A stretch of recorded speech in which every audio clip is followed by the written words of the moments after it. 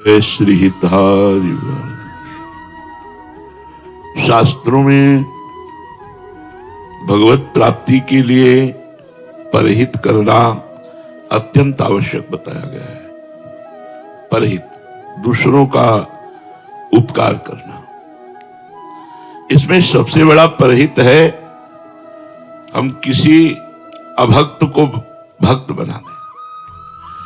जो नाम जप नहीं करता, चाहे हमारा रिश्तेदार हो, चाहे मित्र हो या समाज का कोई व्यक्ति हो, यदि हम उससे दोस्ती करके उसको नाम जप करना, ये बड़ा भारी हित है। इससे बड़ा हित नहीं होगा। यदि वो नाम जापक नहीं है, हमारी बात नहीं मानता है और दुष्ट स्वभाव से चलता है, फिर हमको उसका संग नहीं करना चाहिए। प्रणाम करके दूरी बना लेनी चाहिए। द्वेष भी नहीं करना चाहिए। जाके प्रिय न राम बैदेही, तजिए ताहि कोटि बैरी सम यद्यपि परम स्नेही। परम मित्र हो, परम रिश्तेदार हो, नातेदार हो, वो सब गंदे आचरण करता है और भक्ति की बात सुनना भी नहीं चाहता, भगवान का नाम सुनना भी नहीं चाहता, तो तजिए ताहि कोटि बैरी सम यद्यपि परम स्नेही, जाके प्रिय न राम बैदेही। नाते नेह राम के मनियत सुहृद सुसेव्य जहां लो, अंजन कहां आंख जब फूटे, बहुतक कहो कहां लो। वो स्वामी तुलसीदास जी कहते हैं, यदि हमने भगवत विहीन जीवन व्यतीत करने वालों का संग किया, तो जैसे आंख में अंजन लगाए आंख फूट जाए तो फायदा क्या हुआ? नुकसान ही तो हुआ। ऐसे ही भगवत विहीन लोगों का संग नुकसानप्रद है। हमें चाहिए जो हमारी बात माने, नाम जप करे, थोड़ा मानवता लावे। परहित की बात, परहित कई प्रकार का होता है। जैसे किसी बीमार को औषधि दे देना, भूखे को भोजन दे देना, सर्दी में वस्त्र दे देना, समस्या में पड़े हुए व्यक्ति की समस्या का निदान करना, पर यह सब साधारण परहित है। पूर्ण परहित है उसे भगवान में लगा देना। हाथ जोड़ करके, प्रार्थना करके, सत्संग सुनाकर, प्रलोभन देकर, जैसे माँ अपने बच्चे को प्रलोभन देकर, देखो हम तुमको नाश्ता में ये देंगी, आप 2 माला राधा राधा कीजिए। ऐसे किसी भी तरह से हम किसी को जो हमारी बात माने नाम में लगा दें, इससे बड़ा परहित नहीं होता और इससे बड़ा लाभ नहीं मिलता। जैसे हमने 2 को नाम में लगाया, वो नाम जपने लगे, तो हमें उसका कृपा प्रसाद मिलेगा भगवान की तरफ से। बीमा कंपनी में नहीं होता, बीमा के जितने करो उधर तुम्हें यही समझो कि इधर जिधर जितने को तुमने भगवान नाम में लगाया, उधर से आपके ऊपर विशेष कृपा, विशेष करुणा। अब यह है कि नाम रूपी परहित करने के लिए थोड़ी हिम्मत होनी चाहिए। वो तुम्हें गाली भी दे सकता है, बहुत उद्दंड हो तो मार भी सकता है। जैसे महाप्रभु चैतन्य देव के परिकर में नित्यानंद जी और हरिदास ठाकुर नाम दान करने के लिए, नाम प्रचार करने के लिए निकले, तो आगे देखा एक गली में लोगों ने रोका, जाना मत। क्यों? बोले बड़े राक्षस स्वभाव के 2 भाई हैं, जगाई और मधाई। ये हर समय शराब पीते रहते हैं और गालियां बकते हैं। संतों से तो बहुत ही, आप जाना मत। तो नित्यानंद महाप्रभु ने कहा ठाकुर हरिदास जी से, क्या किया जाए? तो उनका, प्रभु सच्चे अधिकारी तो यही है, जो इमरजेंसी में वही भर्ती किए जाते हैं जो बहुत बीमार होते हैं। ये बिल्कुल दान के अधिकारी हैं, इनको जरूर, क्योंकि बहुत सीरियस है ये मरीज, बहुत सीरियस है, बड़े पापी है। नित्यानंद महाप्रभु ने कहा, बेकार को उलझोगे, मानो बद्र के छत्ता में ईंट मारना है इनसे बात करना। बोले प्रभु चलते हैं। नित्यानंद महाप्रभु और ठाकुर हरिदास जी गए और भगवान नाम कीर्तन उच्चारण किया। जी भी भगवान नाम कीर्तन उच्चारण किया और राक्षस बुद्धि देखा वैष्णव, तो पानी का कलश रखा था वही उठाया, मारा, तो नित्यानंद महाप्रभु के मस्तक पे लगा और रक्त भागे, हाथ पकड़ करके ठाकुर हरिदास जी नित्यानंद महाप्रभु का। अब ये घटना पूरे नवद्वीप में फैल गई। जगाई मधाई ने कहा सुबह होने दो इनको बांध करके, क्योंकि वो अधिकारी थे राजा की तरफ से, वो एक अधिकारी थे, सब वैभव और उनको शासन पक्ष भी मिला था। महाप्रभु चैतन्य देव जी ने जे ही सुना भागे, उन्हीं की तरफ भागे और बड़े आवेश में आकर ऐसे किया, सुदर्शन चक्र का आवाहन। नित्यानंद महाप्रभु ने चरण पकड़ लिया और कहा प्रभु ये मारने का अवतार आपका नहीं हुआ, तारने का अवतार हुआ है। सुदर्शन चक्र से मारकर जीव का कल्याण करना है तो श्री कृष्ण रूप में आप करते थे, आप महाप्रभु चैतन्य देव के रूप में उसकी दुष्टता को मार करके उसे साधुता प्रदान करें। नित्यानंद महाप्रभु ने कहा प्रभु आप कृपा कीजिए। तो बोले जब तुमने क्षमा कर दिया तो हम भी क्षमा करते हैं, बुलाओ दोनों भाइयों। जे महाप्रभु का भागवतिक तेज दोनों चरणों में गिर गए। अंततो गत्वा दोनों महाभागवत बन गए। आज भी मायापुरी नवद्वीप में उनके नाम के घाट बने हैं। जगाई मधाई जो है जगन्नाथ दास माधव दास नाम उनका रखा और महाप्रभु ने गंगा में खड़े होकर उनका पाप लिया, कहा संकल्प करो जीवन भर का पाप हम तुम्हें दान करते हैं। यद्यपि वो कांप गए कि प्रभु ऐसा नहीं, मैं बहुत पापी हूं। महाप्रभु ने कहा, महाप्रभु ने ये है परहित। अगर परहित करते समय हमारे को अपमान सहना पड़े, गाली सहनी पड़े और उसका मंगल हो तो हमें करना चाहिए। ये हमारी वैष्णव पद्धति है, ये हमारे भगवान के दासों का स्वभाव है। और सही पूछो तो मनुष्यता भी इसी को कहते हैं। अगर परहित की भावना नहीं स्वार्थ की भावना है तो उसमें राक्षसी भाव जागृत होता है, जिसे आसुरी भाव कहते हैं। और जिसमें परहित की भावना होती है उसमें दैवी भाव होता है। लेकिन परहित में एक चीज है, उसके बदले में कुछ चाह ना हो तो उसे परहित कहा जाएगा। परहित करके कुछ भी चाह करना वो परहित नहीं रह जाएगा। इसलिए परहित करना बहुत कठिन है। अगर परहित कर लिया तो परमार्थ बन जाएगा, आपका परमार्थ बन जाएगा। एक दिन ये 20-25 वर्ष की बात होगी, वृंदावन में केसी घाट में देखा तो एक आदमी दीवाल की तरफ कराह रहा था। कदम लड़खड़ाए, पर हम सोचा गरीब बाबा जी क्या सहयोग कर सकते हैं। भिक्षा मांग के खाते थे, 1 रुपया पास नहीं, कुछ मतलब। नजदीक गए तो बड़े कष्ट में सब सोच से सना हुआ, बड़ी दुर्दशा थी जिसे कहते हैं। अब वो कहां से जीव आया था भगवान की कृपा से, बस थोड़े ऐसे बाल ऐसे। उनका बाबा हम किसी योग्य नहीं है पर आपकी क्या सेवा कर सकते हैं। तो उनका यहां तो हमें कोई पानी देने वाला भी नहीं, पूछने वाला भी नहीं, कई दिन से भूखा पड़ा हूं। यदि आप सुदामा कुटी पहुंचा दे तो सुनते हैं वहां संत सेवा होती है, तो कम से कम भोजन पानी तो मिल जाएगा। अब वहां से पहुंचाने के लिए आदमी चाहिए, रिक्शा चाहिए, व्यवस्था चाहिए। हमारे पास कोई व्यवस्था तो थी नहीं, सब ऐसे समेटा कपड़ों से ही तो उठाया उनको। एक आध जगह उनको विश्राम दिलाया, वो क्या फिर सुदामा कुटी में जाके। तो अब संत तो संत होते हैं, दयाल होते हैं। बारंडे में एक जगह उनका आसन लगा दिया, प्रणाम किया और गोपेश्वर के दर्शन करने जाते थे।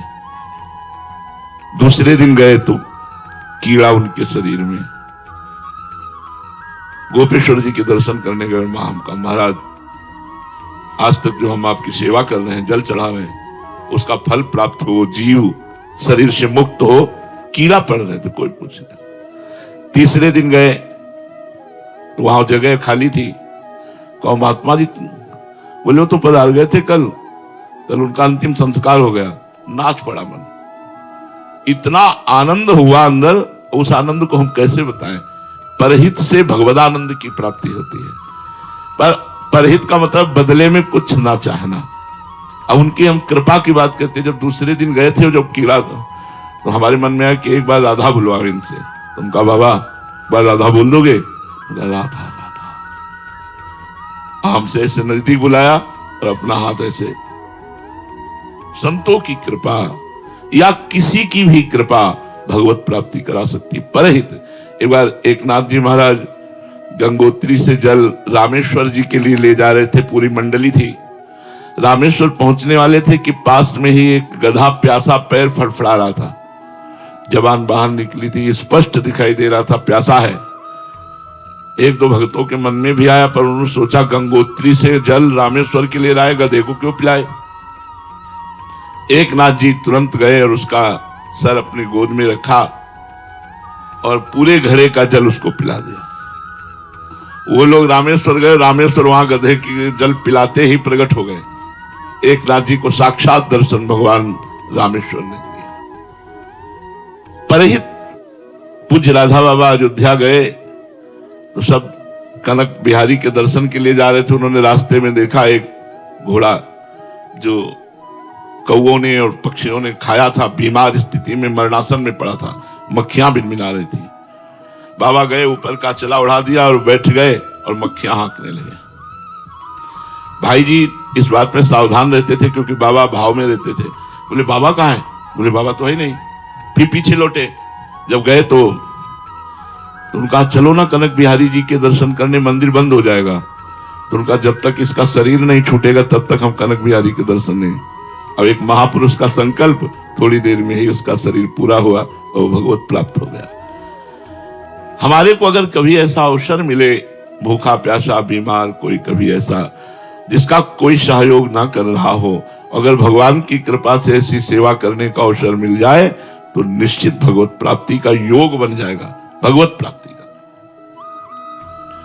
जो तुम्हारे साथ बुरा करे, यदि उसके साथ परोपकार करो, भलाई करो तो और डबल लाभ मिलता है।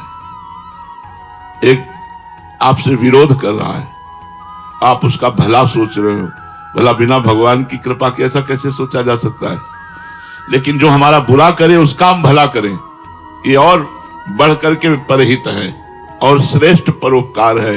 यही सुंदर देवत्व है, मानवता में देवत्व है। पर यह होना कठिन है, जो हमारा अपमान करे, हमारी निंदा करे और हम उसके, पर अगर हम परोपकारी हैं तो डरेंगे नहीं। एक बार हमें एक डॉक्टर मिले पागल खाना के, तो हमने पूछा पागल तो पागल ही होते हैं, वो आपके ऊपर भी प्रहार करने की कभी चेष्टा की? बोले एक दो बार खोपड़ी फूटी। तो आपको गुस्सा नहीं आया? बोले बिल्कुल नहीं। कहा क्यों? बोले हमें पता है वो पागल है, हमारा कर्तव्य है उसको ठीक करना। बोले बिल्कुल गुस्सा नहीं आई। एक अपना कर्तव्य समझने वाला डॉक्टर अपने ऊपर प्रहार करने वाले पर गुस्सा नहीं करता, तो हम अपना परमार्थ का कर्तव्य समझने वाले साधक होकर हमको गुस्सा नहीं करनी चाहिए। दान परोपकार के अंतर्गत ही आता है। दान दो प्रकार का होता है। अपना पैसा समझ करके दान करने से आपको हजारों गुना बढ़कर मिलेगा, लेकिन त्वदीयम वस्तु गोविंदम तुभ्यमेव समर्पये, भगवान का दिया हुआ धन ये मैं भगवान को ही दे रहा हूं, ऐसा करने से आपको भगवत प्राप्ति का योग होगा। भगवान का दिया हुआ भोजन ये सामने भूखे के रूप में भगवान ही है, ऐसा भोजन पवाना आपकी भक्ति बन जाएगी। बीमार रूप से भगवान ही है, धन मुझे भगवान ने दिया, ये भगवान का दिया हुआ धन है, मैं लगा रहा हूं। मेरा हमारे एक दृष्टि में आए थे ऐसे महापुरुष, कानपुर के मैदा फैक्ट्री के मालिक थे। वो जब आते थे तो सैकड़ों कदम दूर सब गाड़ियां खड़ी हो जाती थी, जूते उतारकर नंगे पैर साधारण धोती कुर्ता में ऐसे आते थे। उन्होंने कानपुर में यज्ञ की, करोड़ों रुपया ऐसे खूब बड़ी यज्ञ, कानपुर तो बड़ा शहर है। और आप सेवा क्या करते थे? डस्टबिन और झाड़ू हाथ में, उसको जो डिब्बा नहीं होता जहां कोई दोना पत्तल फेंक देता उसे उठाते। अगर कोई पूछता यज्ञ कौन करा रहा है, तो बोले भैया हमसे पूछो कितने डिब्बा कूड़ा फेंके आए, उसको तो बता सकते, हमें पता नहीं यज्ञ कौन करा रहा है। स्वयं यज्ञ कराने वाला, लाखों करोड़ों की भोजन व्यवस्था करने वाला, बड़ी यज्ञ हुई थी, लेकिन कोई जान नहीं पाया यज्ञ क्यों से। जब हमें पता लगा तो हम कहा भाई तुम इस लोक के आदमी नहीं हो। इसलिए तो उन्होंने कहा महाराज मैं तो नौकर हूं, मालिक तो भगवान है, मैं क्यों कह दूं कि मैंने यज्ञ कराया, भगवान ने। अब किसी से मैं कहूं क्यों भगवान यज्ञ करा रहे हैं, ये भी चर्चा नहीं करनी है, मुझे तो अपने काम से मतलब। देखो स्वयं द्वारिकाधीश भगवान जब राजसूय यज्ञ हुई युधिष्ठिर की, तो सबके चरण धोने की सेवा ली।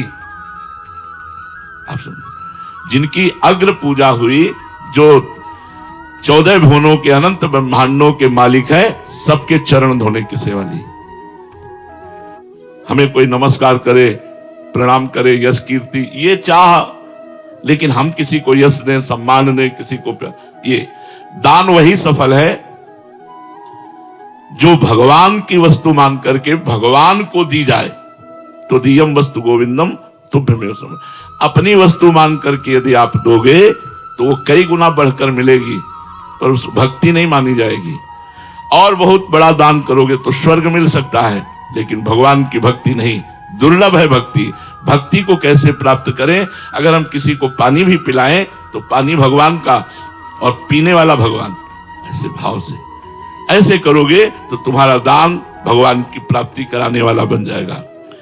तीर्थ, ये सब भगवत प्राप्ति के मार्ग है। तीर्थ, तीर्थ 3 प्रकार के होते हैं, जंगम, मानस और स्थावर। जंगम तीर्थ,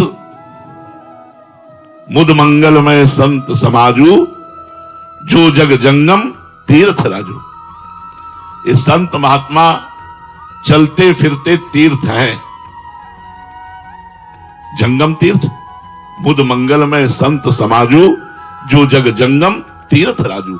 जैसे तीर्थराज प्रयाग में गोता लगाने पर पाप नाश होता है, ऐसे सत्संग में जाने पर, संत को भगवत स्वरूप मानने पर, संत के दर्शन करने पर, संत के संभाषण से आप वैसे ही पवित्र होंगे जैसे गंगा, यमुना, सरस्वती, त्रिवेणी में स्नान करने से।